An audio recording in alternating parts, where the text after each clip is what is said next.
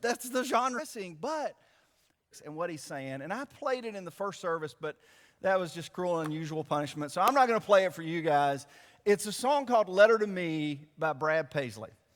And the whole idea behind the song is, well, it was inspired because Paisley's wife was asked to write a chapter in a book called What I Know Now, Letters to My Younger Self. And they asked like 40 women to write letters to themselves. And so Paisley thought, man, that's interesting. What would I say to myself? And the idea was if you could somehow postmark a letter back through time to your younger self. And so Paisley sat down and a friend heard it and was like, man, you got to record that song. And so he recorded the song Letter to Me. And it's about, he's giving his 17-year-old advice about dating and about breakups and about arguing with your parents and about making mistakes, getting pulled over by the cops for running a stop sign. And, I wish you'd study Spanish. I wish you'd take a typing class. I mean, it's all of this stuff. He's giving himself advice as a younger self. And I got to thinking, that's kind of what's going on here in Ecclesiastes. Because where we're at in Ecclesiastes today is chapter 11, verse 7. There's a poem that's written to young people. And it's a poem written from the perspective of an older, wiser teacher. In this case, we've been calling him Solomon, the guy that wrote Ecclesiastes. This older, wiser teacher is writing to a younger generation. And the way I kind of imagine this poem was Solomon writing to himself, saying, here's some advice on how to do life. And then I got to thinking about it from my perspective. Like, what would I say to myself if I could write a letter to myself at 17 years old? Knowing what I know now, having lived through what I've lived through now, the good times and the bad times, what would I say to myself? What would I say to this young cowboy at 17? I told you I was a country music fan. You didn't believe me. I could tell. You didn't. This is my Clint Black days right here. I've actually got a picture of Jenny and I from the prom that my mom sent me, and I didn't put that one in here because I like being married. So, I'm not going to show you that picture. But what would I say to myself as a young man? What would you say to yourself? And here's the things I come up with. The first one I would say is this: loosen up. Now, I know I look pretty relaxed right there. But no, this is what I'd say. Loosen up. Relax. It's not that big a deal. It's going to be okay. It's not as bad as you think it is. I know you think it could be a whole lot better, but it really can't. Life's pretty good.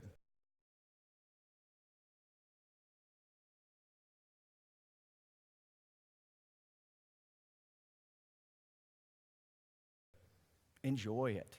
Enjoy it, especially right now before the days of trouble come. Because, there's a day coming when you're going to have all of this responsibility and you've got people depending on you. And the things you're worried about now and the things you're stressed about now, they're just, if you could just see.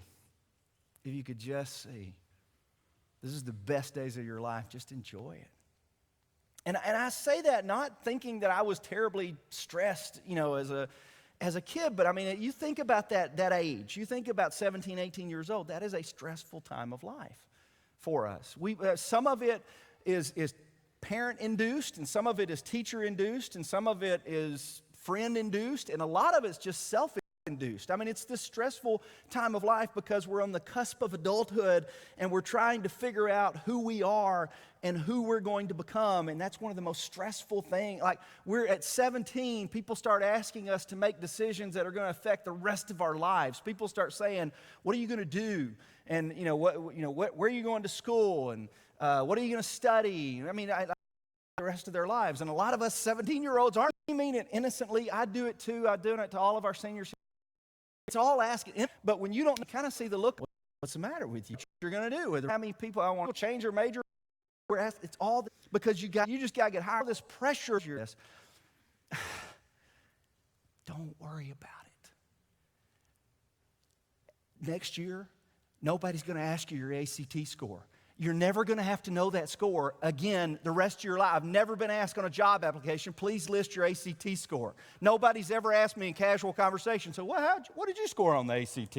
Now, did you graduate magna cum laude or summa cum laude? I can't remember. Did you get an honors diploma in high school? What was your GPA? Nobody's ever asked me those questions. A GPA is not an indicator of what I do now for a living. My score on the ACT is not an indication of whether or not I'm going to be successful in life and whether or not I'm going to be able to form healthy relationships and whether or not I'm going to be able to do my job and all those kinds of things. Now, I know, that's why I tell parents, close your ears, because you're like, but there's things that depend on it, and there's this, and I know. Balance, okay? Balance. What I'm saying is, what I'd say to myself is, just enjoy life. Relax. Don't put so much pressure on yourself. Don't get so stressed about it. If you take the ACT 4 times and you've only improved it by like a point, don't worry about taking it the 5th time. It's going to be okay. Just go to the school where you need to go to and just enjoy it. It's going to be fine. Here's the way Solomon put it in Ecclesiastes. Look at this.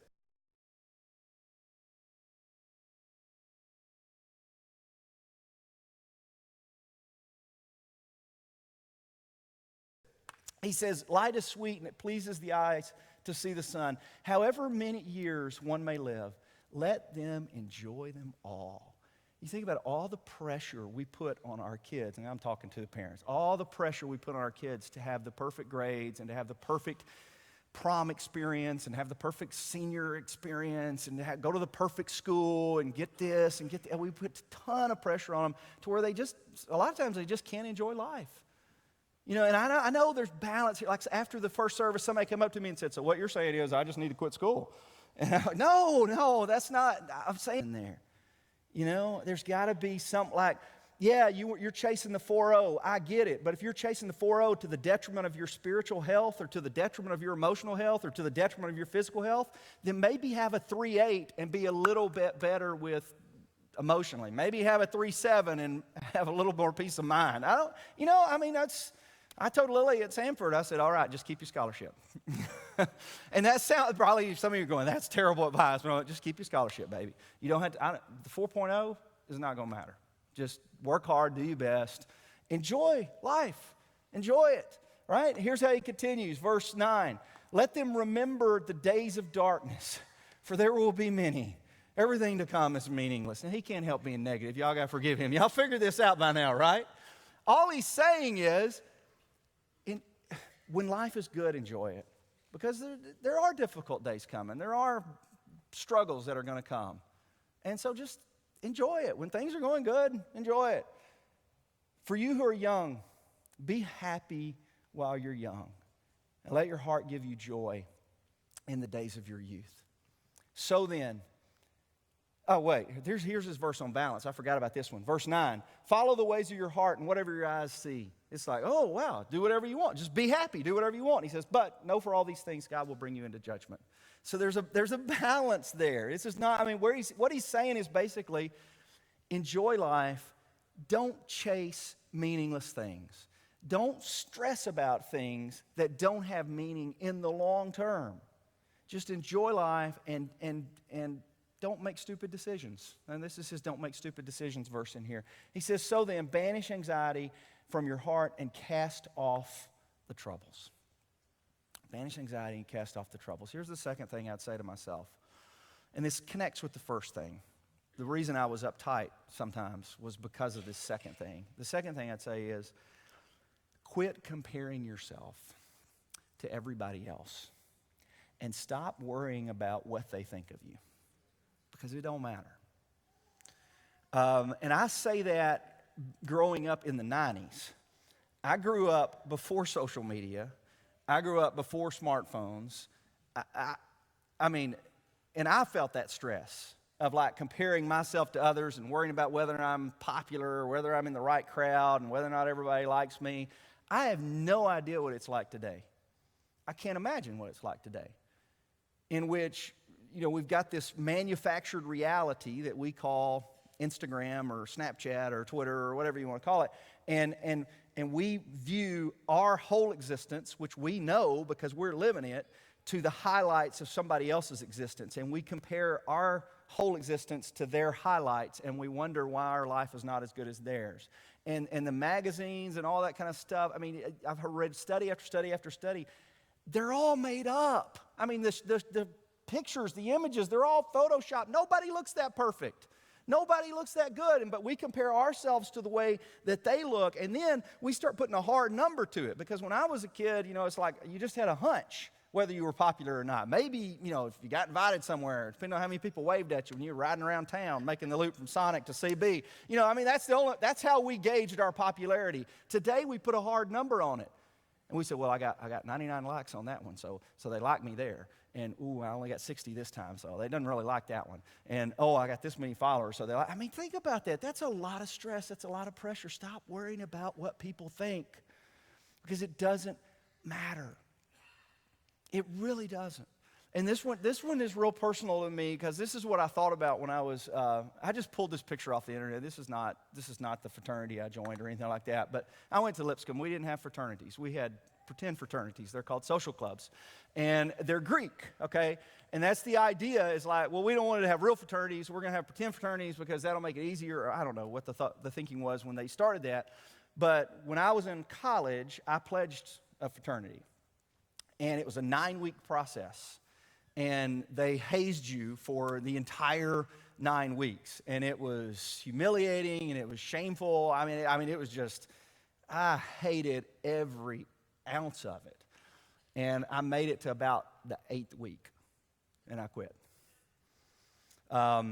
Because for a people pleaser like me, for somebody that was worried about what other people think of you, I couldn't handle it. I just could not handle the pressure. I was so uptight. Like, even when I quit, they were calling me in like, dude, it's not that big a deal, I promise. Like, we make, like, you were writing the creed just perfectly, and we changed the time so you wouldn't get it right. We're doing this stuff intentionally to humiliate you. That's part of the pledging process. Trust me. Like, you can just take the week off and you're done. But I just couldn't do it. I was so worried about what those guys thought. And now I look back, this is, looking back at my younger self, I'd be like, why did you care what those guys thought? Do you realize when you're 44, you're not going to keep up with a single one of those guys? You're not going to know who they are. Why'd you care? Why was that such a big deal to you? The only person you need to worry about pleasing is your Creator. Look at this.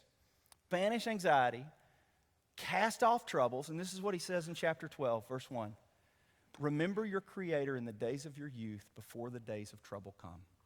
Now again, he sounds a little negative there, but that's just honesty.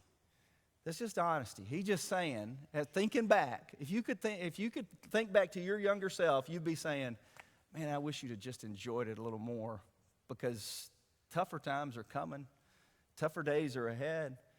And that's why we call it the good old days. You know why we call it the good old days? Because we tend to remember the good parts about it and not the bad parts.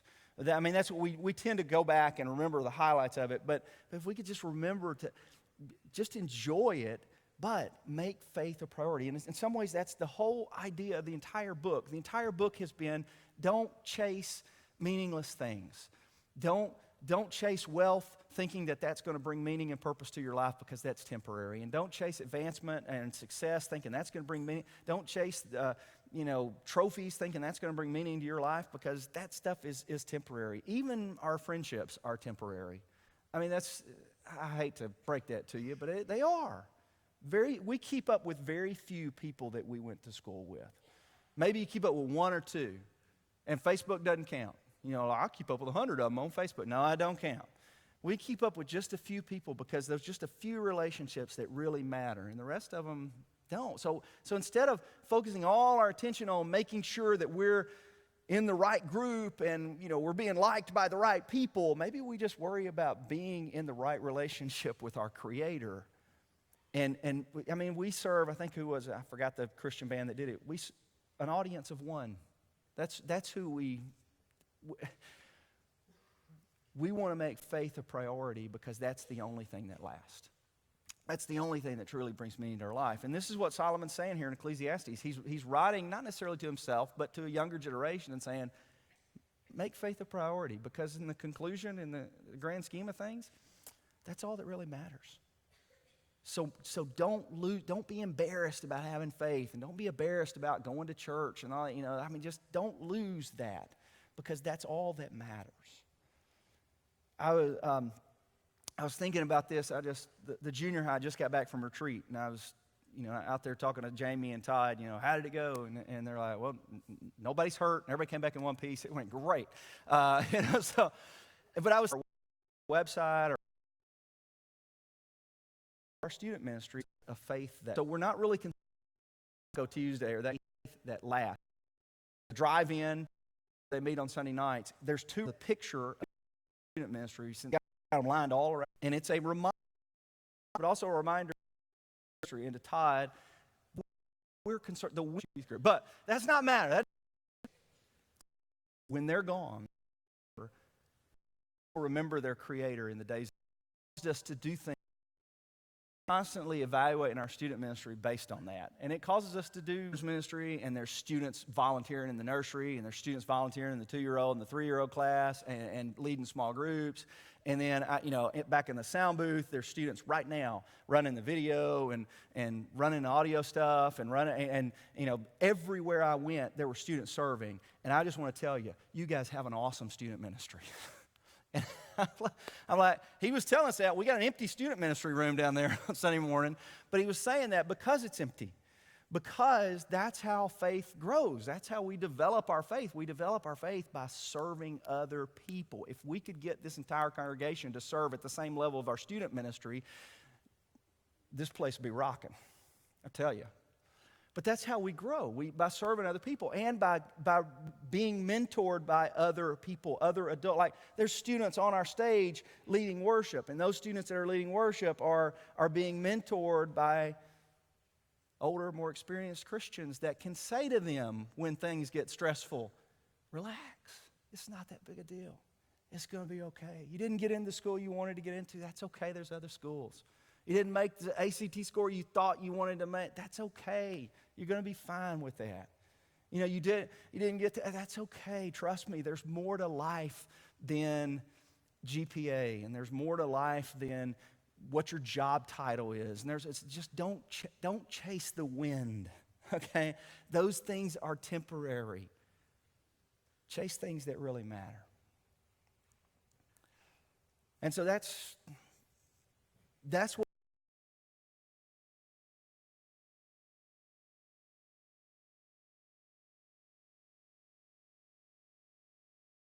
what I'd say to myself when I'm 17. Loosen up and quit comparing yourself to others. Quit scrolling through. Of course, we didn't have it then, but quit scrolling through and comparing yourself to others and make faith a priority. And you know what?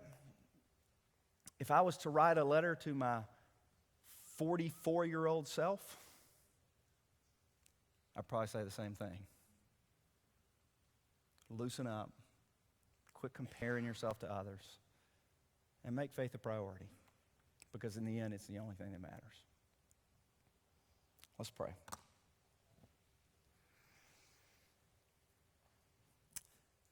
Father, I'm thankful for the words of Ecclesiastes. I've been joking about it and having a little fun with it. And sometimes we need a little dose of reality. Sometimes we need somebody to kind of bring us back down to earth a little bit and tell us what really matters and what's really important, because it's so easy, in the world we live in today, it's so easy to get our priorities screwed up. And it's like everywhere we go, people are fighting for our attention, and people are pulling us in 100 different directions. And so I pray that we would listen to the writer of Ecclesiastes when he says to remember you in the days of our youth. And I even as I say that, who's to say that right now is not the days of our youth? We're people who live forever because of what you have done for us through your Son, Jesus. So this entire life is youth. And you're challenging us through the writer to remember you. And so that's my prayer for us as a congregation. That's my prayer for the 17-year-olds in the room and the 50-year-olds in the room, the 80-year-olds in the room, that we would remember you and make you our number one priority, and that we would slow our pursuit of meaningless things. It's in your Son's name we pray these things. Amen. You guys stay dry, and we'll see you next Sunday.